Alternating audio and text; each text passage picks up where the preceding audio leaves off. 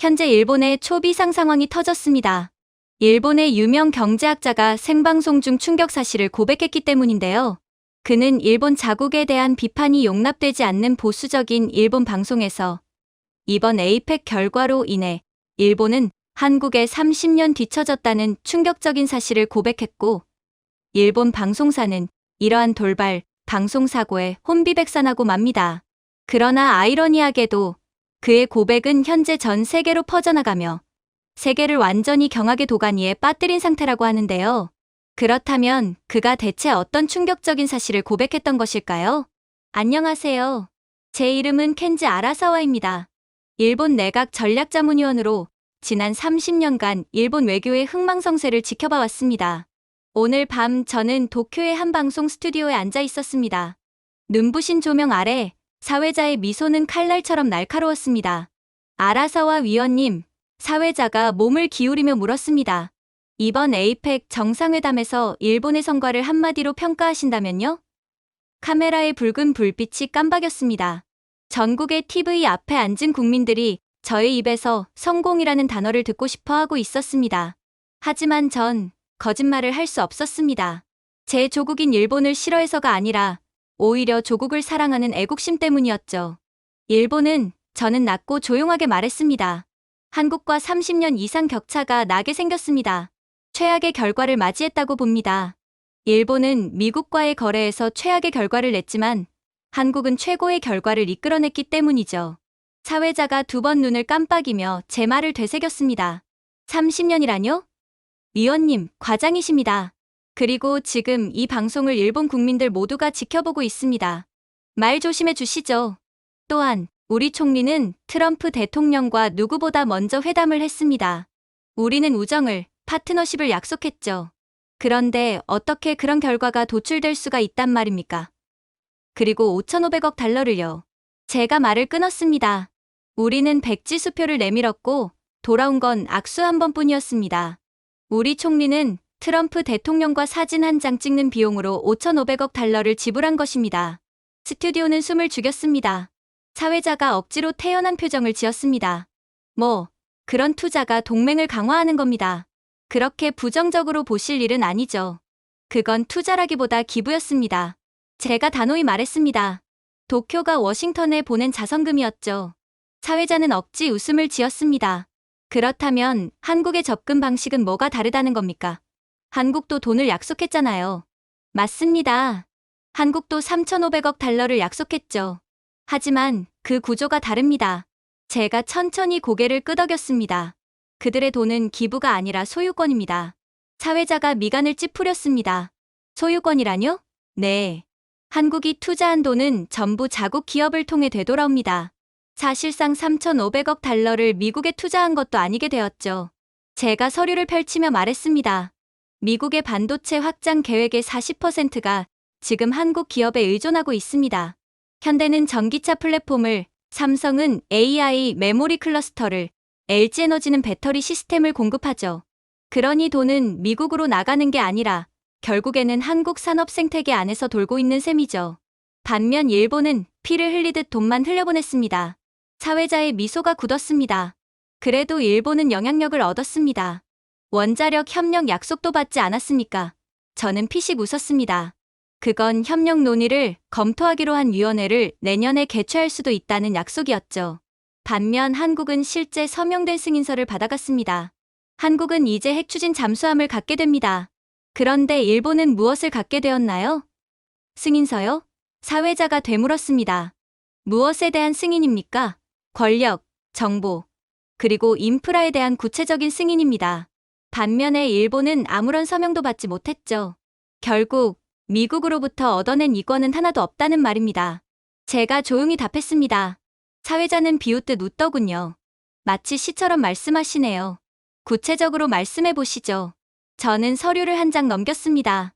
첫 번째, 에너지입니다. 워싱턴이 한국형 소형 모듈 원전을 공식적으로 미국 내 인허가 체계에 포함시켰습니다. 외국 기술 중에서는 최초입니다. 한국형 원전이 5년 안에 미국 남부 3개 주의 전력을 공급할 예정이죠. 이게 어떻게 미국에 돈을 지불하는 결과라고 할 수 있겠습니까? 결국 한국이 모든 계약을 주도하고 이익도 독차지할 건데 말이에요. 일본은 그저 협력의 가능성을 논의하는 동안 한국은 이미 전기를 팔고 있습니다. 미국의 말이에요. 사회자의 표정이 굳었습니다. 그건 꽤 놀랍군요. 두 번째는 북극 해저 케이블 협정입니다. 한국은 이번 회담을 통해 알래스카와 핀란드, 부산을 잇는 북극 해저 광케이블 프로젝트의 40% 지분을 확보했습니다. 러시아 구간을 우회하면서 기존 미일 구간보다 30% 더 빠릅니다. 이는 단순한 통신선이 아니라 AI 데이터의 혈관입니다. 앞으로 실리콘밸리에서 유럽까지 오가는 AI 연산 데이터가 모두 한국을 거치게 될 겁니다. 우리는 배를 만들었지만 한국은 그 바다 자체를 만든 셈입니다. 한국이 이를 통해 얼만큼의 이익을 보게 될지 가늠조차 안 가는 수준이에요. 사회자는 억지로 웃음을 지으며 말했습니다.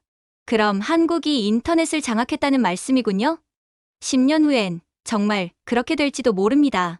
제가 단호히 말했습니다. 사회자는 당황한 듯 서류를 뒤적였습니다. 그래도 일본은 여전히 세계 4위의 경제대국입니다. 그건 여전히 사실 아닙니까? 뭐, 지금은 그렇죠. 제가 조용히 말했습니다. 하지만 성장은 관성으로 유지되지 않습니다. GDP는 과거를 설명하고 네트워크는 미래를 창조합니다. 한국은 그것을 이해했습니다. 그래서 그들은 동맹에 돈을 넣지 않았습니다. 시스템에 돈을 넣었죠. 자, 시스템을 주도하는 한국이 당장 1년 뒤에 무엇을 얻게 될까요? 한국 없이는 세계가 굴러가지를 않는데 전 세계가 한국의 자본 투입을 끊을 수 있을까요? 다시 말하겠습니다. 일본의 경제력 순위는 당장이라도 한국에 역전당할 것입니다. 시스템을 손에 넣은 국가는 이길 수가 없어요. 30년 전 기술 패권으로 시스템을 구축한 일본이 미국까지 위협했듯이 이제는 한국이 그렇게 될 거라는 말입니다. 사회자는 목소리를 높였습니다. 그래서 당신은 한국이 우리보다 낫다고 생각하십니까? 혹시 한국의 돈을 받고 이러는 건 아닌지 의심되는군요. 한국인들은 돈으로 국제 여론을 매수하곤 하잖아요. 아니요. 저는 미소를 지으며 말했습니다. 그들은 단지 깨어있는 나라입니다. 30년 전 일본처럼요. 하지만 지금의 우리는 그때의 생기를 잃었습니다. 이게 일본이 더 이상은 한국을 쫓아갈 동력을 잃은 이유입니다. 순간 스튜디오가 조용해졌습니다. 조명에서 나는 미세한 소음만이 들렸어요. 창밖으로 도쿄의 불빛이 반짝이고 있었지만 그 빛은 어쩐지 희미해 보였습니다. 저는 경주 회담장을 떠올렸습니다. 한국 대표단은 AI 인프라, 양자 보안, 녹색 물류를 자신감 있게 설명할 때 우리 대표단은 사진 각도를 논의하고 있었습니다. 덕분에 다카이치 총리는 한국의 이재명 대통령보다 더 나은 사진을 찍긴 했죠. 그러나 그 사진을 대가로 우리는 5,500억 달러를 잃고 말았습니다. 저는 문득 미국 에너지부 장관이 한국 장관과 함께 홀로그램 원전 모형을 바라보며 웃던 모습이 떠올랐어요. 그 웃음 속엔 새로운 세계의 지도가 담겨 있었습니다. 그럼 일본은 진 건가요? 사회자가 마지막으로 물었습니다. 저는 카메라를 바라보며 답했습니다. 저는 지금껏 단 한 번도 네라는 확신의 대답을 한 적이 없었습니다. 늘 빠져나갈 구멍을 마련해 두었죠. 하지만 지금은 확실하게 말할 수 있습니다. 네, 우리는 한국에 졌습니다. 그러자 스튜디오는 정막만이 감돌았어요. 거의 방송사고였죠. 일본에 좋은 말만 해주기로 한 제가 완전히 찬물을 끼얹었으니까요. 그러자 사회자들은 잠시 자신들끼리 긴급 회의를 열더니 이내 팔짱을 낀 채 비웃는 미소를 지었습니다. 아라사와 위원님, 그가 비꼬듯 말했습니다. 결국 신라 금관 하나랑 컴퓨터 칩 몇 개로 세계 정세가 바뀌었다고 믿으라는 겁니까? 저는 시선을 피하지 않았습니다. 그 몇 개가 아닙니다. 26만 개의 블랙웰 GPU입니다. 지금까지 만들어진 것 중 가장 강력한 칩이죠. 한국이 그것을 얻어냈다는 사실 모르고 계셨습니까? 그는 비웃으며 말했습니다. 한국이 무슨 핵무기라도 산 줄 아십니까? 그깟 GPU가 뭐라고 그렇게 호들갑을 떨고 그러십니까? 이 시대엔 제가 조용히 말했습니다. 그게 핵보다 더 강력한 무기입니다. 사회자는 코웃음을 쳤습니다. 설마요. 그냥 그래픽 카드 아닙니까? 게임용이잖아요. 한국 사람들은 PC방이나 더 만들고 밤새 스타크래프트나 하겠죠. 스튜디오 안에 웃음이 번졌지만 저는 웃지 않았습니다. 그 말 제가 말했습니다. 20년 전에도 똑같이 들었습니다. 삼성전자가 메모리 칩을 만든다고 했을 때도, 현대가 전기차를 만든다고 했을 때도 그랬죠. 그때도 일본은 웃었습니다. 하지만 지금 그 결과가 어떻게 되었죠?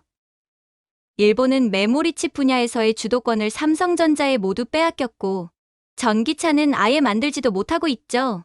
지금도 똑같네요. 일본은 한국을 비웃고 있지만, 글쎄요. 당장 5년 뒤의 결과가 어떻게 될지, 그 결과가 너무 뻔하군요. 그의 표정이 굳어졌습니다. 지금 일본이 그들을 과소평가하고 있다고 말씀하시는 겁니까? 확실히 그렇습니다. 저는 마이크 앞으로 몸을 기울였습니다. 엔비디아의 GPU를 얻기 위해 일본, 독일, 미국의 군 연구소까지 다 요청했습니다. 하지만 모두 거절당했죠. 수출 제한은 절대적이었습니다. 수요가 너무 많거든요. 그런데 유일하게 한국만이 젠슨 황과 직접 계약을 맺고 나왔습니다. 전 세계 그 누구도 해내지 못한 일입니다. 그런데 이걸 비웃는다고요? 사회자는 씁쓸하게 웃었습니다. 돈을 더 냈겠죠. 어쩌면 2배로 돈을 지불했을 것입니다. 신뢰는 돈으로 살 수 없습니다. 제가 천천히 말했습니다. 신뢰는 인프라와 비전으로 얻는 겁니다. 한국은 이미 준비돼 있었습니다. 데이터 센터, AI 반도체 공장, 냉각 인프라 등 모두 준비되어 있죠. 다른 나라가 준비의 의미를 깨닫기도 전에 한국은 이미 미래를 구축하고 있었고, 결국 준비된 한국이 결과를 따낸 것입니다. 사회자는 눈을 굴리며 말했습니다. 그래서 결국 그 칩으로 뭘 하겠다는 겁니까? 그래픽이나 더 예쁘게 만들겠죠? 아니요. 제가 고개를 저었습니다. 그 칩으로 지능을 만듭니다. 한국은 그 GPU로 도시 전체의 물류를 예측하고 부산의 조선소를 자동화하며 홍수를 미리 막는 날씨 예측 모델을 돌릴 겁니다. 이로 인한 부가 수익이 얼마나 될지 당신은 아예 상상도 못하고 있어요. 그들은 이번에 수입한 GPU로 효율을 2배, 아니 3배는 올릴 것이고 결국 투자한 돈의 몇 배나 되는 수익을 얻어낼 것입니다. 그가 끼어들려 했지만 저는 계속 말했습니다. 반면에 일본이 지난 3년 동안 확보한 GPU는 얼마나 되는지 아십니까? 연구기관을 모두 합쳐도 4만 개 수준입니다. 한국은 단 반나절 만에 그 6배를 받았습니다. 자, 이래도 한국을 무시할 겁니까? 사회자의 미소가 흔들렸습니다. 그래도 숫자가 전부는 아니죠. 하드웨어만으론 발전이 안 됩니다. 맞습니다. 제가 고개를 끄덕였습니다. 그래서 이 계약이 중요한 겁니다. 엔비디아가 한국을 선택한 이유는 돈이 아니라 상상력과 실행력이었어요. 한국의 AI 연구소는 우주기지처럼 운영됩니다. 하나의 알고리즘이 만들어지면 며칠 만에 실제 산업 현장에 적용됩니다. 반도체, 자동차, 의학, 그리고 국방까지요. 국방이요. 그가 흥미를 보였습니다. 그럼 한국이 로봇 군인을 만들고 있다는 말입니까? 군인이 아닙니다. 제가 단호히 말했습니다. 결정권자를 만드는 겁니다. 결정권자라니요? 그가 이해하지 못한 듯 물었습니다. 작년 태평양에서 있었던 초대형 태풍 기억하십니까? 하룻밤 사이 세 나라를 덮쳤던 그 태풍 말입니다. 제가 조용히 말을 이었습니다. 한국은 유로실드라는 AI 기반 대응 시스템을 가동했습니다. 위성 데이터, 해수 압력, 항로 정보를 동시에 분석해서 민항기와 해군 함정을 단 몇 초 만에 위험 지역에서 벗어나게 했습니다. 그 결과 단 한 명의 인명 피해도 없었습니다. 그 시스템이 바로 엔비디아의 GPU 위에서 작동합니다. 이제 거기에 26만 배의 계산력이 추가되는 겁니다. 일본은 그 GPU를 가져와 봤자 쓸데없는 곳에 사용하겠지만 한국은 세계에서 가장 효율적으로 그 GPU를 사용할 것이기에 이건 한국의 기술 경쟁자인 일본 입장에서는 거의 초상이 난 상황이라는 것입니다. 그는 눈을 크게 떴습니다. 그럼 그 칩들이 사람의 생명을 구한다는 겁니까? 그렇습니다. 그리고 미래를 만듭니다. AI는 더 나은 배터리를 설계하고 지진을 예측하며 백신을 개발할 겁니다. 한국은 부품을 사는 게 아니라 시간을 사는 나라입니다. 연산 속도의 1초가 미래의 수년을 단축시킵니다. 사회자는 억지로 웃으며 말했습니다. 아라사와 위원님, 말씀을 듣다 보니 한국이 실리콘밸리라도 된 것 같네요. 저는 고개를 저었습니다. 실리콘밸리는 아이디어를 만듭니다. 한국은 시스템을 만듭니다. 둘은 완전히 다릅니다. 아이디어와 시스템 중 뭐가 더 많은 부가 수익을 올리는지는 당신도 잘 알 거라고 믿습니다. 잠시 스튜디오는 정적에 잠겼습니다. 카메라 뒤에 스태프들까지 숨을 죽이고 듣고 있었습니다. 사회자는 마침내 조심스레 물었습니다. 일본도 따라잡을 수 있을까요? 그렇게 하려면 제가 조용히 말했습니다. 이게 진짜 의미하는 게 뭔지부터 알아야 합니다. GPU는 단순한 게임용 부품이 아닙니다. 이건 지능의 뇌입니다. 이제는 지능을 가진 나라가 세상의 움직임, 계산, 치료, 방어 모든 것을 통제하게 됩니다. 이 말이 무슨 뜻인지 아십니까? 자칫하면 일본은 한국을 중심으로 변화하는 세계에 적응하지 못하고 그대로 한국의 식민지로 빨려 들어가고 말 거라는 말입니다. 사회자의 목소리가 작아졌습니다. 그럼 한국이 그걸 통제한다고 생각하십니까? 통제한 게 아닙니다. 제가 부드럽게 말했습니다. 그들은 그 자격을 얻었습니다. 우리가 허락을 기다릴 때 한국은 가능성을 만들었으니까요. 일본의 요구는 들은 척도 안 하던 젠슨 황이 굳이 가지 않아도 되는 한국에 직접 간 것을 보면 모르시겠습니까? 스튜디오 안이 완전히 조용해졌습니다.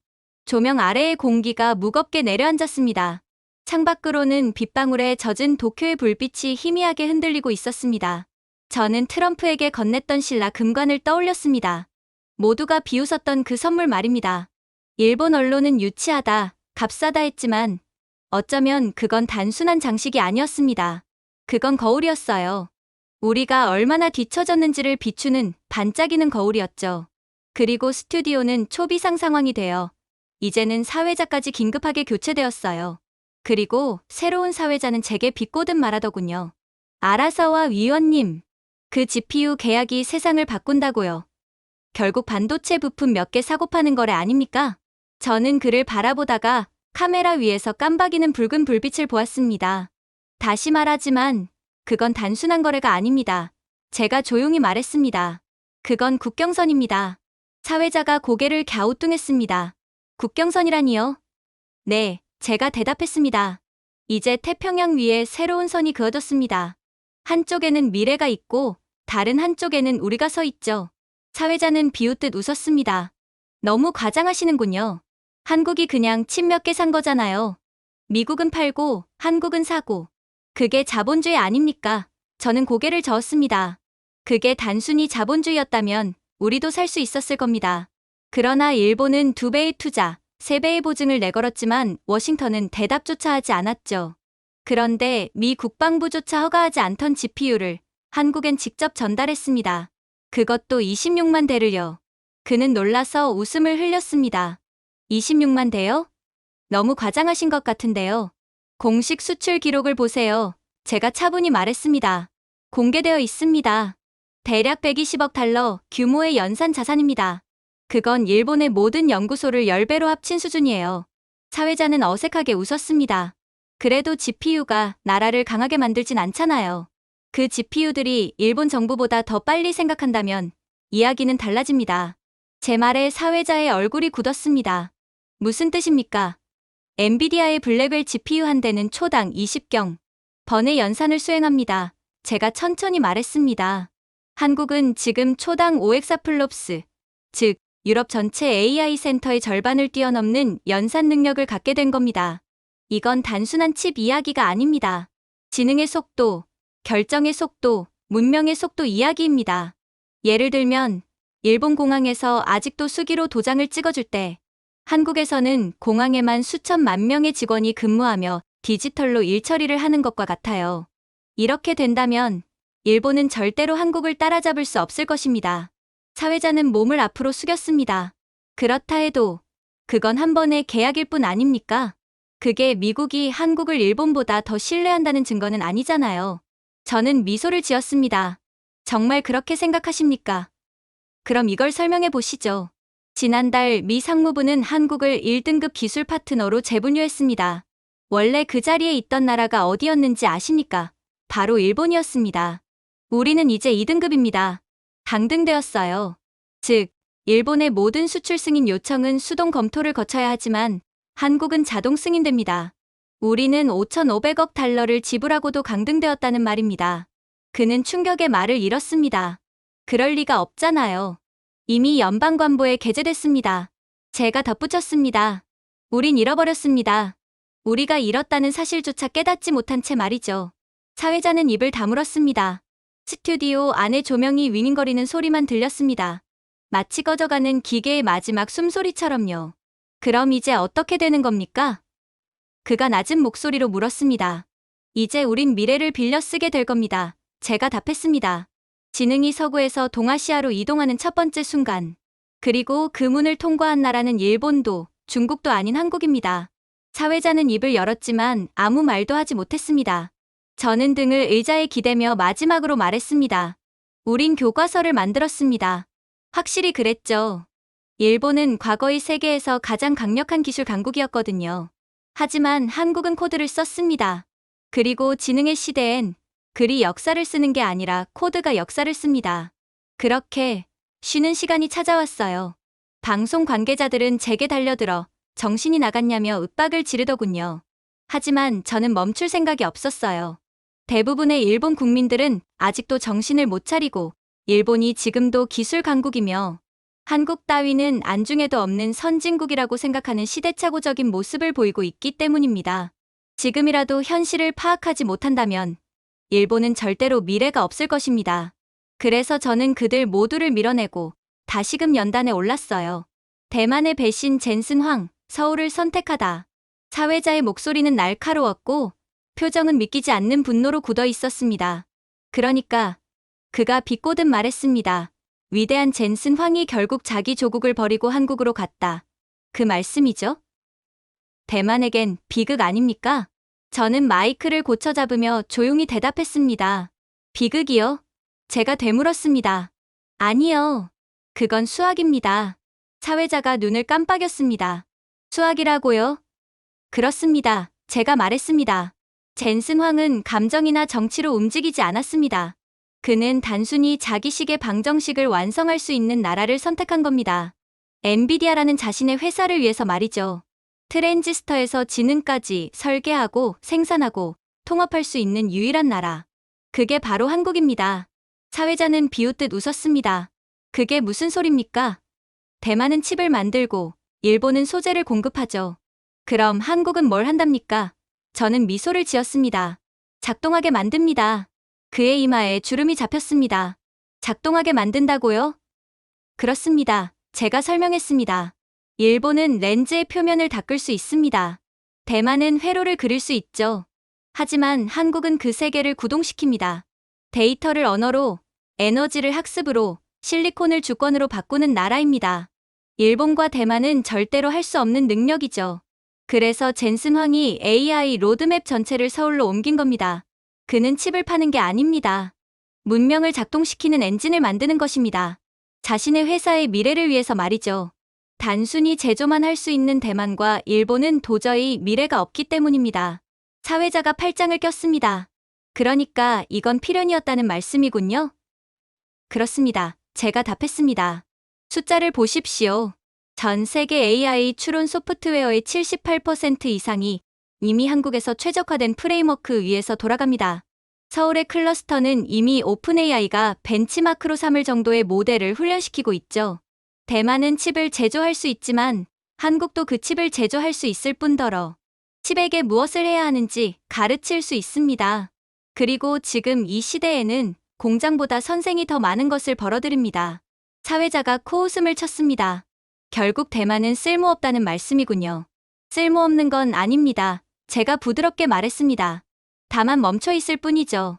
대만은 회로를 설계할 수는 있어도 논리를 설계할 수 없습니다. 구조를 조립할 수는 있지만 사고를 조립할 수는 없습니다. 몸은 만들지만 두뇌는 없습니다. 하지만 한국은 두뇌가 있죠. 대만이 할 수 있는 것을 모조리 할 수 있는 능력을 갖추고도 대만이 할 수 없는 것까지 할 수 있는 능력이 있다는 것입니다. 둘 중 누가 미래를 선도하겠습니까? 두말할 것도 없이 한국이죠. 그가 불편한 듯 자세를 고쳤습니다. 그럼 일본은요? 일본은 미세공정의 나라였죠. 제가 천천히 말했습니다. 하지만 우리의 시스템은 유연성이 없습니다. 반면에 한국의 LGCNS나 네이버 클라우드는 불과 몇 시간 만에 AI 생태계를 다시 설계합니다. 우린 호환성을 논의하는 동안 그들은 이미 실행하고 있죠. 한국은 일본의 완벽한 상위 호환이라는 것입니다. 젠슨 황 엔비디아 회장은 그걸 본 겁니다. 토론보다 빨리 배우는 나라. 그게 한국이었습니다. 그러니 자신의 기업의 미래를 위해 한국을 선택한 거죠. 대만 출신인 그가 대만을 버리고 심지어 아시아 전통 기술, 강국이었던 일본까지 버렸던 건 다 이유가 있던 것입니다. 사회자의 미소가 굳었습니다. 그래도 자기 뿌리를 버리는 건 배신 아닙니까? 저는 고개를 저었습니다. 혁신에 대한 충성은 곧 인류에 대한 충성입니다. 젠슨 황은 감정으로 슈퍼컴퓨터를 돌릴 수 없다는 걸 알았죠. 그만큼 똑똑한 인물이니까 엔비디아라는 메가 기업의 회장까지 하고 있는 것입니다. 능력은 곧 충성이에요. 대만은 수조 개의 트랜지스터를 만들 수 있지만 한국의 소프트웨어와 응용기술 없이는 그것들은 그저 침묵하는 돌덩이입니다. 그는 비꼬듯 물었습니다. 그래서 한국이 뭘 그렇게 대단하게 제공했답니까? 결과입니다. 제가 단호히 답했습니다. 지난 5년간 한국은 엔비디아와 미국 에너지부 양쪽에서 인증받은 세계 유일의 AI 반도체 통합 연구소를 세웠습니다. 냉각 효율은 38%를 절감했고 양자형 인터커넥트의 지연 시간은 10마이크로초 이하로 줄였죠. 이건 단순한 통계가 아닙니다. 이 덕분에 엔비디아는 세계 시뮬레이션을 풀스케일로 돌릴 수 있게 된 겁니다. 사회자가 끼어들려 했지만 저는 말을 이었습니다. 젠슨 황은 대만을 배신한 게 아닙니다. 그는 효율성, 정밀성, 그리고 생명력을 선택했습니다. 한국은 기술이 숨쉬는 나라입니다. 그들은 허락을 받지 않았습니다. 그저 리더십이 스스로 따라오게 만들었을 뿐이죠. 사회자가 한숨 섞인 웃음을 터뜨렸습니다. 그럼 이제 한국은 다 얻고 우리는 구경이나 하라는 겁니까? 아니요, 제가 말했습니다. 우린 의존하게 될 겁니다. 그의 얼굴이 굳었습니다. 의존이라뇨? 이제 일본과 대만은 한국의 AI 프레임워크 사용료를 내야 할 겁니다. 우리가 수입하는 GPU조차 한국의 펌웨어 위에서 작동하죠. 그들의 알고리즘이 아시아 디지털 경제의 산소가 될 겁니다. 그 없이 우리는 아무것도 움직일 수 없습니다. 사회자는 아무 말도 하지 못했습니다. 그리고 이내 긴급 회의 시간을 갖더니 이제는 완전히 다른 전략을 들고 나와 저를 압박하며 일본 국민들의 두 눈과 두 귀를 막기 시작했죠. 옛날에는 그가 말했습니다. 일본 기술자들이 한국에 가서 반도체를 가르쳤죠. 그런데 지금은 한국이 세계의 기술을 가르친다고요? 그게 말이나 되는 소리란 말입니까? 기술 패권은 변하지 않아요. 승자가 모든 것을 독식하거든요. 새로운 신흥 세력이 낄 자리가 없다는 말입니다. 저는 그저 스튜디오 조명을 바라보았습니다. 그 빛은 한때 우리가 자랑하던 클릴룸의 형광등을 떠올리게 했습니다. 맞는 말입니다. 하지만 한국만은 예외죠. 이유는 간단합니다. 제가 말했습니다. 우린 믿음을 멈췄지만 한국은 지금도 자신들의 능력을 믿고 있기 때문입니다. 사회자는 비웃듯 말했습니다. 믿음이요? 그건 시적인 표현이지 기술 이야기는 아니잖아요. 둘 다입니다. 제가 대답했습니다. 1980년대 반도체는 곧 일본이었습니다. NEC, 도시바, 히타치, 우리는 세계가 공전하는 태양이었죠. 한국은 그저 하청국이었습니다. 중고 장비를 사서 웨이퍼를 깎는 나라. 그때 우리는 이렇게 말했습니다. 한국은 절대 따라오지 못할 것이다. 사회자는 비웃는 미소를 지었습니다. 그런데 따라잡혔다면서요. 왜죠? 우리가 전통을 지켰을 때 그들은 야망을 지켰기 때문입니다. 사회자는 코웃음을 쳤습니다. 야망이요. 그건 복제 아닌가요? 한국은 일본을 그대로 따라하는 복제 국가잖아요. 아닙니다. 제가 단호히 말했습니다. 그건 헌신이었습니다. 우리가 10억엔 투자 여부를 놓고 회의할 때 그들은 도시 전체를 담보로 잡았습니다.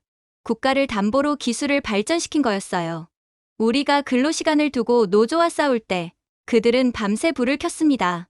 우리가 자존심을 지킬 때 그들은 진보를 지켰습니다. 사회자가 억지로 웃으며 말했습니다. 그러니까 일본이 게을렀단 말씀이군요. 저는 고개를 저었습니다. 아니요.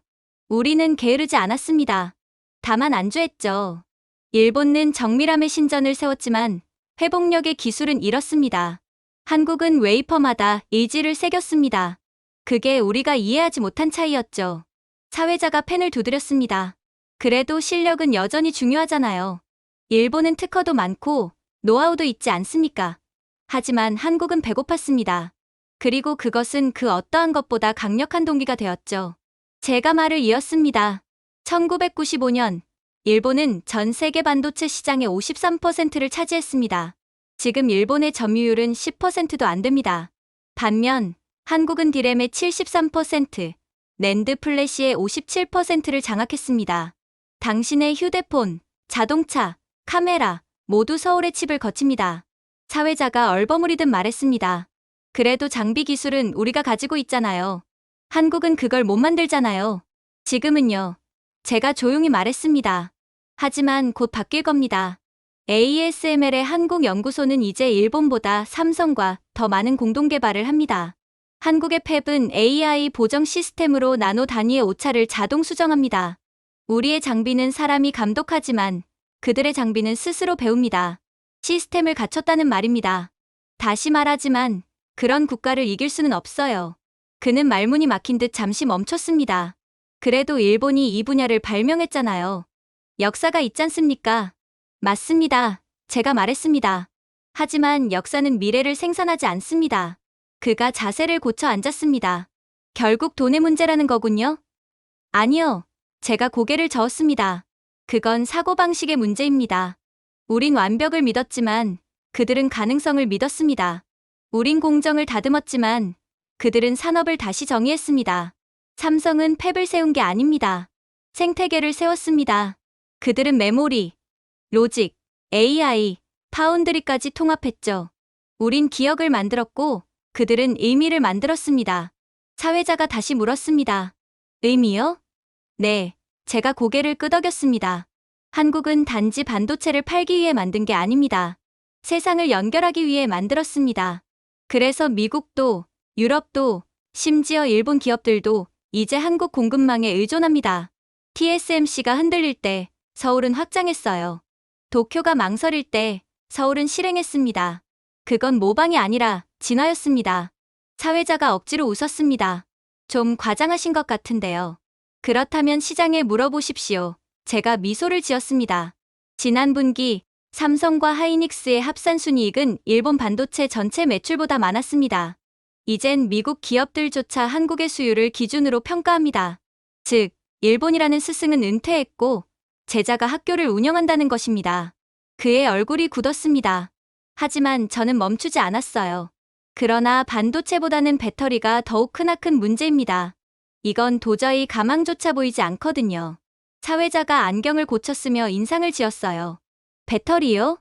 아라사와 위원님. 이건 일본이 먼저 시작한 분야잖아요. 리튬이온 셀을 발명한 것도 우리고요. 한국은 그저 우리가 남긴 걸 주워 담은 것 아닙니까? 저는 잔잔히 웃었지만 가슴 한구석이 묵직했습니다. 남긴 거라니요. 그렇다면 이상하지 않습니까? 왜 지금 온 세상이 한국의 식탁에 앉아 있죠? 그의 미간이 좁혀졌습니다. 또 과장하시는군요. 일본엔 아직 파나소닉이 있습니다. 우리는 테슬라의 배터리를 공급하고 있잖아요. 정말 그렇습니까? 제가 조용히 말을 이었습니다. 파나소닉은 테슬라에 납품하지만 그건 테슬라가 정한 조건 아래서입니다. 테슬라는 파나소닉의 낮은 경쟁력 때문에 거의 갑질을 하다시피 파나소닉에 무리한 조건을 요구하고 있어요. 반면 LG에너지솔루션, 삼성 SDI, SK온은 전 세계 거의 모든 자동차 회사에 공급하고 있습니다. BMW, 메르세데스, 포드, 현대, 기아, 폭스바겐 모두 한국 배터리로 달립니다. 지금 전 세계 전기차 6대 중 4대가 한국 배터리를 사용합니다. 이건 우연이 아닙니다. 세대 교체죠. 사회자가 억지로 웃었습니다. 세대 교체라뇨? 누구로부터요? 우리로부터요. 제가 말했습니다. 1990년대에 이 혁명은 일본에서 시작됐습니다. 세계 최초의 상용 리튬이온 배터리를 만든 것도 우리였죠. 하지만 우리는 거기서 멈췄습니다. 국내 시장이면 충분하다고 스스로를 속였어요. 우리는 세상이 휘발유를 버리지 못할 거라 믿었죠. 하지만 한국은 달랐습니다. 그들은 미래를 믿었습니다. 사회자가 비웃듯 말했습니다. 믿음이요? 그건 기술이 아니라 운이죠.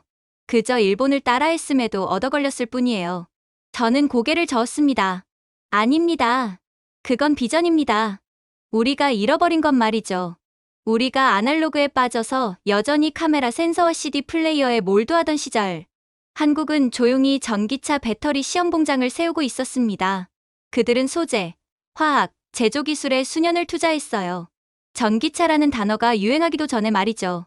그리고 전기 시대가 도래했을 때 우리는 특허만 가지고 있었지만 그들은 공장을 가지고 있었습니다. 그래도 품질만큼은 일본 배터리가 최고였죠. 맞습니다.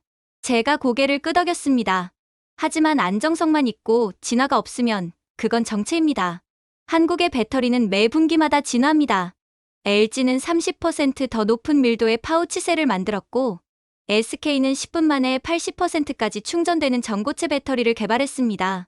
삼성의 새로운 니켈망간 조합은 수명을 절반으로 줄였습니다. 그들은 하드웨어가 아니라 소프트웨어처럼 발전합니다. 사회자가 한숨을 내쉬었습니다. 그래도 일본은 여전히 신뢰성의 대명사 아닙니까? 저는 이제 대답조차 하지 않았어요. 그만하시죠. 이제는 신뢰성만으로는 전쟁에서 이길 수 없습니다. 파나소닉을 보십시오. 그들은 성벽을 세웠습니다. 하지만 한국은 고속도로를 깔았습니다. 현대차의 이 GMP 플랫폼이 이제 유럽 전기차의 표준 모델이 됐다는 사실 알고 계십니까? 또한 LG에너지솔루션의 미국 애리조나 공장은 미국 정부가 세금으로 일부를 지원합니다. 미국이 한국의 에너지 기술을 그렇게 신뢰한다는 뜻입니다. 그들은 한 번도 일본에 그런 지원을 한 적이 없었죠. 자, 지금 한국의 배터리 3사는 일본 자동차 산업 전체보다 더 높은 기업 가치를 가졌습니다. 그걸 만든 건 기술이 아니라 확신입니다. 2001년 LG화학 배터리 부문은 적자였습니다. 2010년 SK의 전기차 배터리 사업은 거의 무너졌죠. 하지만 그들은 멈추지 않았습니다. 이제 한국이 수출하는 배터리 하나가 일본의 전체 가전 산업 매출보다 더 많은 가치를 만들어냅니다. 한국은 자신들이 가진 힘과 잠재력을 믿고 끝까지 갔고 결국 결과를 만들어낸 것이죠. 반면에 일본은 자신을 믿지 않고 겁을 먹고 포기하며 정체되어 버렸습니다. 이게 양국의 차이이자 지금의 결과인 것이죠. 하지만 이건 그저 시작일 뿐이었어요. 미국이 한국의 핵무장을 허용한 것, 그리고 이례적으로 한국의 고성능 GPU까지 전부 다 넘긴 대표적인 이유인 철강 관련 문제가 남아있었거든요. 사회자가 특유의 비웃는 미소를 지으며 물었습니다. 아라사와 위원님, 일본이 한국의 제철 기술을 가르쳐준 나라 아닙니까? 그런데 지금은 우리가 가르친 제자가 우리를 넘어섰다니 그건 너무 과장된 말 아닙니까? 저는 고개를 천천히 들며 그를 바라봤습니다. 그들은 단순히 우리를 넘어선 게 아닙니다. 제가 조용히 말했습니다. 그들은 철이라는 단어의 의미 자체를 다시 썼습니다. 그가 코웃음을 쳤습니다. 철이 무슨 의미가 더 있습니까? 그건 그냥 철광석에 탄소를 섞은 거죠. 이제는 다릅니다. 제가 대답했습니다. 1973년 포항제철에 첫 고로에 불이 붙을 때 그 안엔 일본의 장비와 일본 기술자들이 있었습니다. 당시 일본 제철이 한국 기술자들에게 제철의 기초를 가르쳤죠. 우리는 그들을 산업의 학생이라 불렀습니다. 아니, 더 솔직히 말하자면 한국은 과거에는 일본의 식민지, 이제는 일본의 기술 식민지라며 조롱했죠. 하지만 지금 그 조롱받던 학생들이 산업의 역사를 새로 쓰고 있습니다. 사회자가 팔짱을 끼며 비꼬듯 말했습니다. 말이 너무 앞서가시네요. 일본의 금속 기술은 여전히 우수합니다. 정말 그렇습니까? 제가 반문했습니다. 1980년 일본 제철은 한국보다 10배 많은 철을 생산했습니다. 1995년엔 3배, 2005년엔 비슷해졌습니다.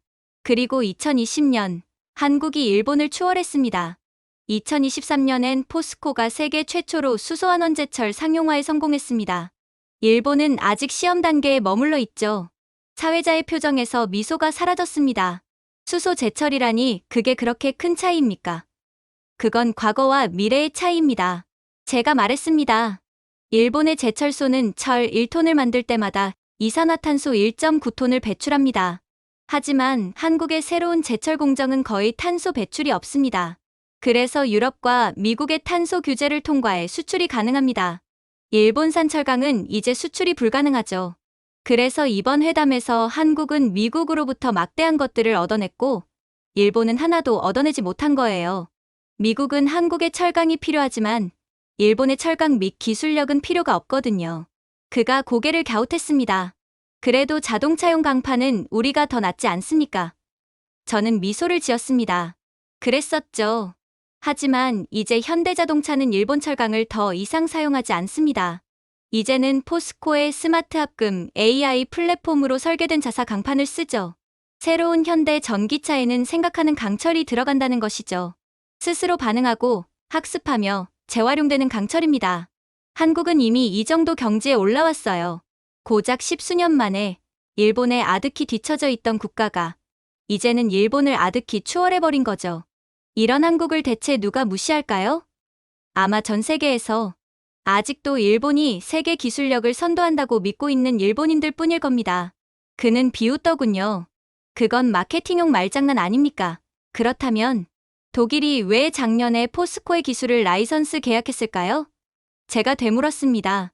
그게 일본 것보다 더 싸고 더 깨끗하고 더 강하니까요. 이제 한국은 금속을 파는 게 아닙니다. 미래를 유지하는 방법을 수출하는 나라가 됐습니다. 1970년대 일본은 한국의 제철 기술을 개발 원조로 수출했습니다.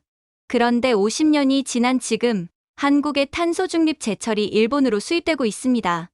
그건 경쟁이 아니라 순환이고 부활입니다.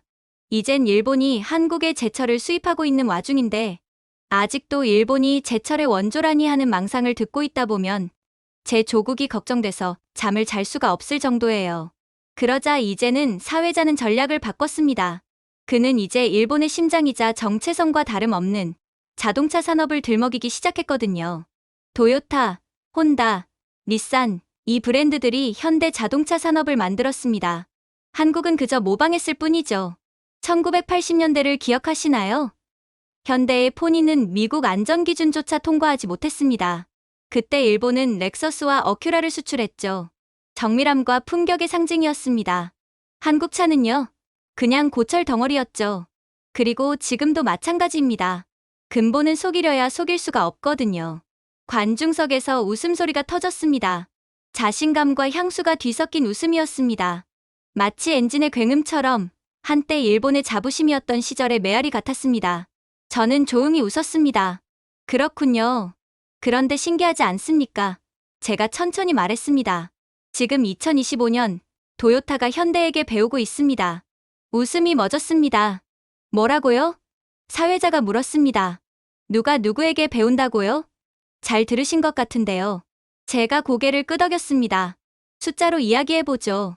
1990년 일본은 1300만 대를 생산했고 한국은 겨우 100만 대였습니다. 2000년엔 격차가 7배였죠. 하지만 2010년엔 2배 차이로 좁혀졌습니다. 그리고 2023년 현대와 기아의 합산 판매량은 950만 대, 도요타는 910만 대였습니다. 사회자가 인상을 찌푸렸습니다. 판매량이 기술력을 말해주는 건 아니잖아요. 좋습니다. 제가 미소 지으며 말했습니다. 그럼 기술 얘기를 해보죠. 1997년 도요타는 세계 최초의 대중형 하이브리드 프리우스를 선보였습니다. 그건 훌륭했죠. 그러나 거기서 멈췄습니다. 그들은 엔진을 닦았고 한국은 두뇌를 만들었습니다. 두뇌라니요? 사회자가 물었습니다. EGMP, 제가 답했습니다. 현대차의 전기차 통합 플랫폼입니다. 단순한 전기차 뼈대가 아닙니다. 그건 소프트웨어가 움직이는 생태계입니다. 무선 업데이트, 자율주행 내비게이션, 배터리 최적화 시스템. 테슬라가 인정했고, 유럽이 채택했고, 미국 제조사들이 벤치마킹하고 있습니다. 한국의 차량 기술은 이젠 전 세계가 모방하는 지경에 이르렀다는 말입니다. 그런데 도요타는요? 제가 사회자를 바라보았습니다. 아직 다음 프리우스를 기다리고 있죠. 그가 억지로 웃었습니다. 그래도 도요타에는 전통이 있고 신뢰가 있고 100년의 장인정신이 있습니다. 전통은 아름답죠. 제가 천천히 말했습니다. 하지만 전통은 가속하지 않습니다. 스튜디오가 고요해졌습니다. 한국은 1970년대에 일본의 면허 생산으로 자동차를 만들기 시작했습니다. 그때 일본 기술자들은 그들을 조립만 하는 나라라고 비웃었죠. 도쿄의 무역 잡지에서는 한국 차는 도요타의 짝퉁이라며 조롱했습니다. 하지만 50년 뒤 그 짝퉁이 자동차의 정의를 바꾸었습니다. 사회자가 말을 자르며 비꼬았습니다. 말은 거창하군요. 그래도 도요타는 여전히 세계적인 이름이잖아요. 맞습니다. 제가 고개를 끄덕였습니다. 하지만 현대 역시 세계적인 이름입니다. 단, 그 이름은 철로 쓰인 게 아니라 소프트웨어로 쓰였습니다. 그가 눈을 가늘게 떴습니다. 무슨 뜻이죠? 한국의 자동차는 움직이지 않습니다. 제가 말했습니다. 생각하죠. 스마트 그리드와 연결되고 재생에너지 네트워크로 충전되고 초당 수 테라바이트의 데이터를 처리합니다. 현대 아이오닉 6가 브레이크를 밟으면 주변 1000대의 차량이 그 정보를 공유합니다. 기아 EV9이 가속하면 인공지능이 실시간으로 에너지를 재분배합니다. 일본은 여전히 엔진을 만들 때 한국은 생태계를 만든다는 것입니다. 그는 믿을 수 없다는 듯 웃었습니다. 말도 안 돼요. 자동차는 일본의 정체성이자 자존심이에요. 당신이 뭔데 말을 함부로 하는 거죠? 제가 몸을 앞으로 기울였습니다. 당신 같은 사람이 일본을 망치는 겁니다.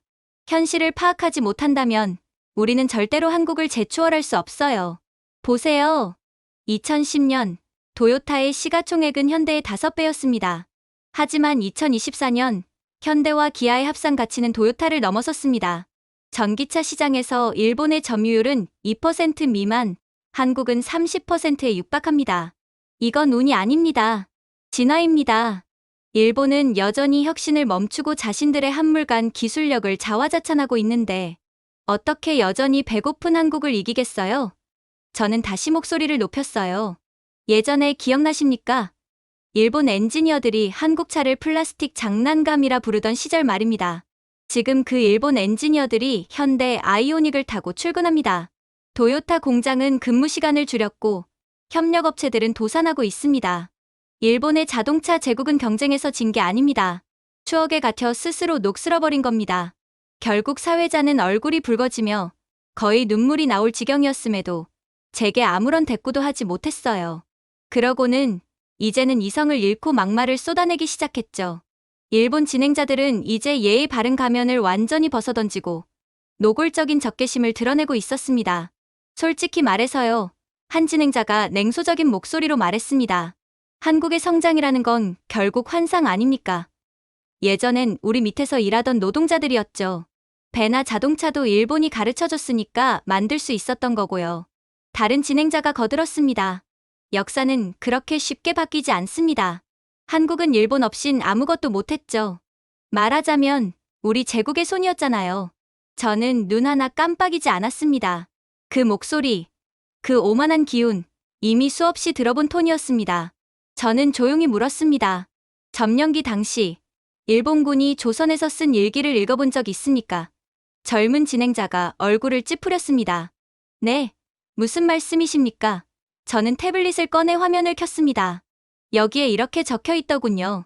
조선인들은 쉽게 굴복하지 않는다.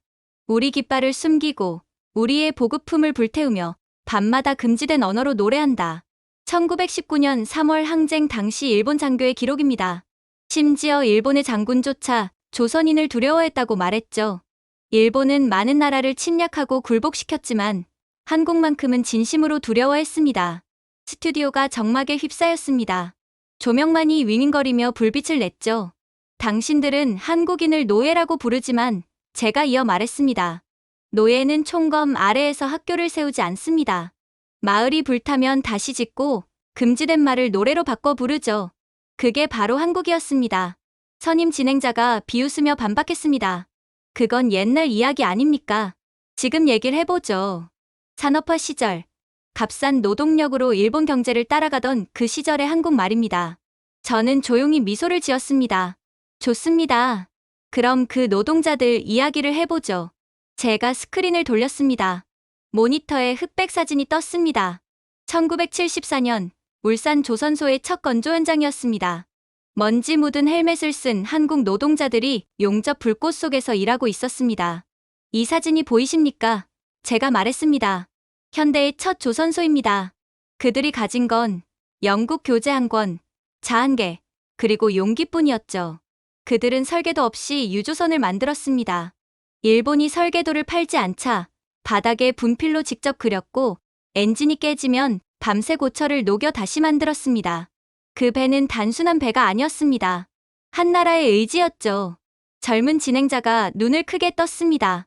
그걸 진짜 그들이 만들었다는 겁니까? 누구의 도움도 받지 않고 스스로요. 그렇습니다. 제가 고개를 끄덕였습니다. 피로 물든 손. 그리고 절망을 버텨낸 눈들이 만든 겁니다.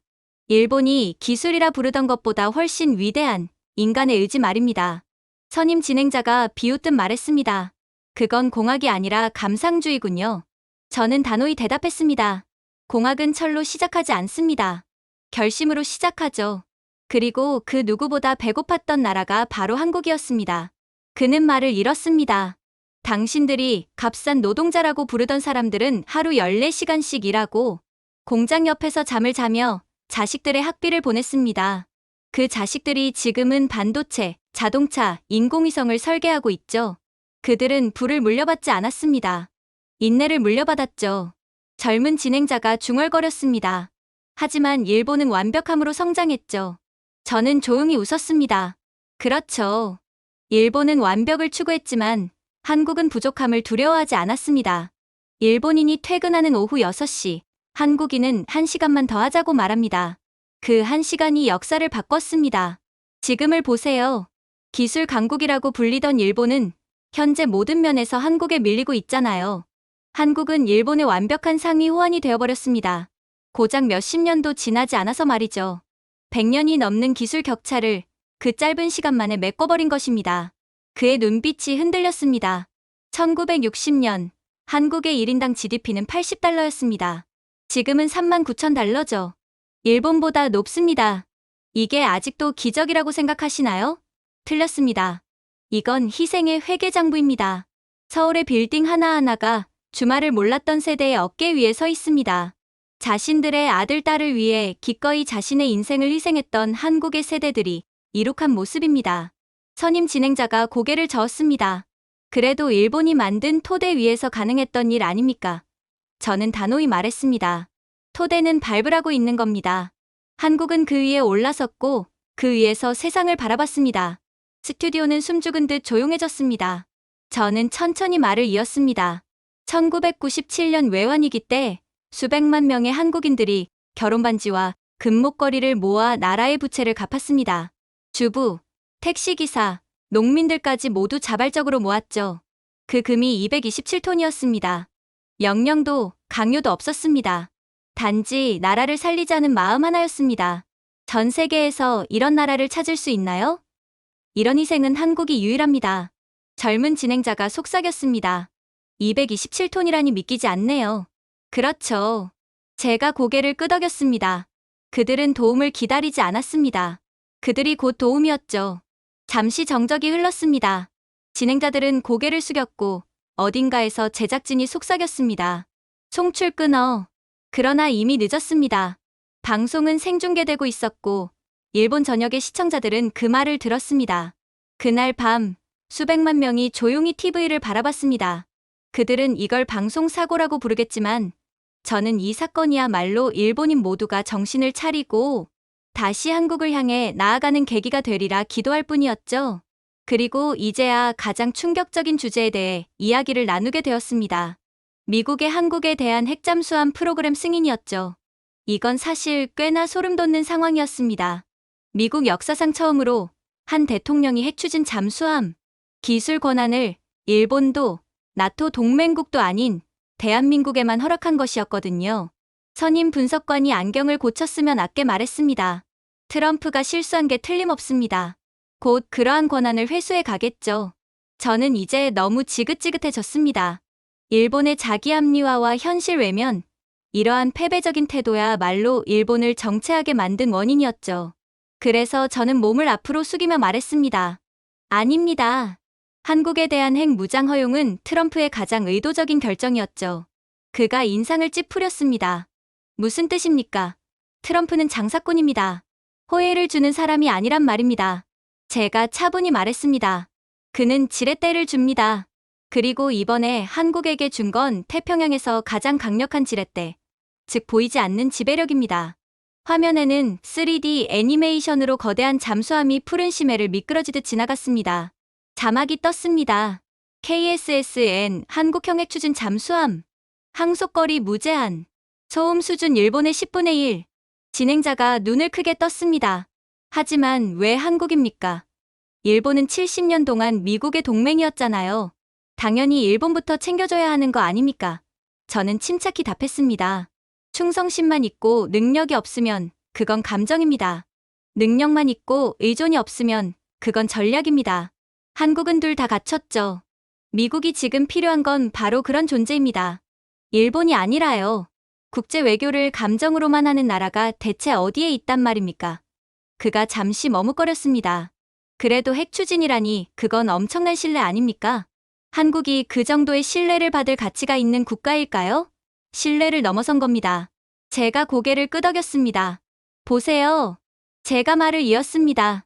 일본은 수십 년간 하드웨어를 완성했지만 한국은 시스템을 완성했습니다. 눈에 보이지 않는 신경망 전력, 데이터, 통제력을 하나로 묶는 기술 말이죠.